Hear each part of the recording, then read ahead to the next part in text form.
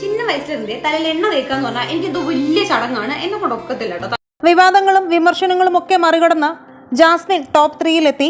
എന്നാൽ ഇപ്പോൾ ഇതാ ബിഗ് ബോസ് ഹൗസിൽ നിന്നും ഇറങ്ങിയ ശേഷം ജാസ്മിൻ പറഞ്ഞ വാക്കുകളാണ് സോഷ്യൽ മീഡിയയിൽ ശ്രദ്ധ നേടുന്നത്.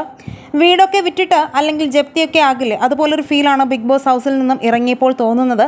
നല്ലതും ചീത്തയുമായിട്ടുള്ള ഒരുപാട് കാര്യങ്ങളുണ്ട്, പക്ഷേ വീട് വിട്ട് വരിക എന്നത് ഭയങ്കര വിഷമമായി പോയി. ഞാനായിട്ട് തന്നെയാണ് ബിഗ് ബോസിൽ നിന്നത്. എനിക്ക് പ്രശ്നങ്ങൾ ഒത്തിരി ഉണ്ടായിട്ടുണ്ട്. മനുഷ്യനല്ലേ, തെറ്റുകളൊക്കെ പറ്റില്ലേ. ഞാനല്ലാതെ ജീവിക്കാൻ പറ്റില്ല. ആദ്യം വന്നപ്പോൾ കരുതിയത് എല്ലാവർക്കും എന്നെ ഇഷ്ടമാകുമെന്നാണ്. എന്നാൽ ഇത്രയും ഒരു പ്രശ്നം ഉണ്ടാകുമെന്ന് പ്രതീക്ഷിച്ചില്ല.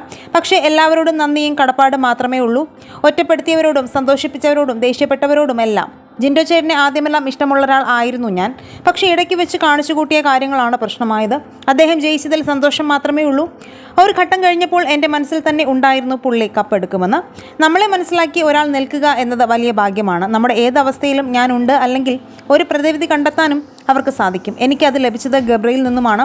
അക്കാര്യത്തിൽ ഞാൻ ഭാഗ്യവതിയാണ്. അതൊരു കോംബോ എന്നതല്ല, പരിശുദ്ധമായ സ്നേഹമാണത്. ബിഗ് ബോസ് കാരണം ഞാൻ കുറേ ക്ഷമ പഠിച്ചു. പുറത്ത് എന്തെങ്കിലും വള്ളിക്കേസ് വരുമ്പോൾ ആദ്യം പോയി തലയിട്ടുള്ള ഏണിയെല്ലാം വലിച്ചു തലയിൽ വയ്ക്കും. പക്ഷേ അതിൽ നിന്നും മാറിയപ്പോൾ ആരെങ്കിലും ആശ്രയിച്ചിരിക്കുന്ന ഒരാളാണ് ഞാൻ. എനിക്ക് ആരെങ്കിലും ഒരാൾ എപ്പോഴും വേണം. ഇനിയിപ്പോൾ ഏത് നടുക്കടലിൽ കൊണ്ടിട്ടാലും ഞാൻ നീന്തിപ്പോരും. ഇതുവരെ എന്നെ പിന്തുണച്ച എല്ലാവർക്കും, സ്നേഹിച്ച എല്ലാവർക്കും ഹൃദയത്തിൻ്റെ ഭാഷയിൽ ഒരുപാട് നന്ദി പറയുകയാണ്. നിങ്ങളോട് പറഞ്ഞാൽ തീരാത്ത കടപ്പാടുണ്ടെന്നാണ് ജാസ്മിൻ പുറത്തിറങ്ങിയ ശേഷം പ്രതികരിച്ചത്.